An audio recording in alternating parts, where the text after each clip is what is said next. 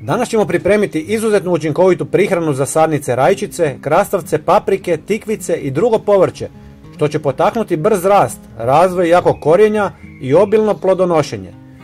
Ova organska formula također pruža vitalnu podršku za slabije sadnice, dajući im potrebne minerale i energiju za jačanje.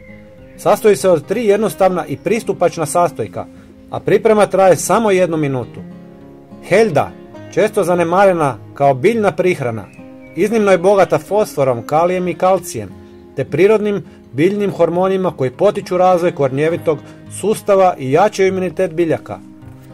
1 žlicu helde usitnite u mlincu za kavu kako bi dobili prah koji ćete pomiješati sa 2 litre vode.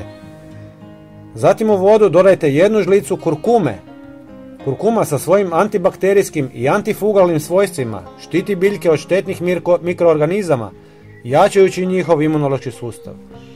Aktivni sastojak kurkume, kurkumin, djeluje kao prirodni antioksidans koji neutralizira slobodne radikale i smanjuje oštećenja izazvana stresom.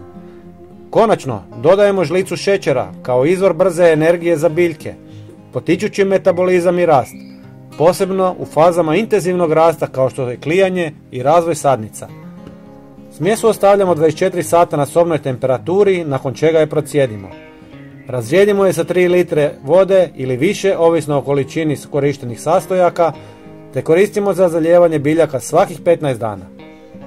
Prijatelji, ne zaboravite pogledati naš sljedeći video na vašem ekranu. Hvala vam puno na pažnji. Pozdrav!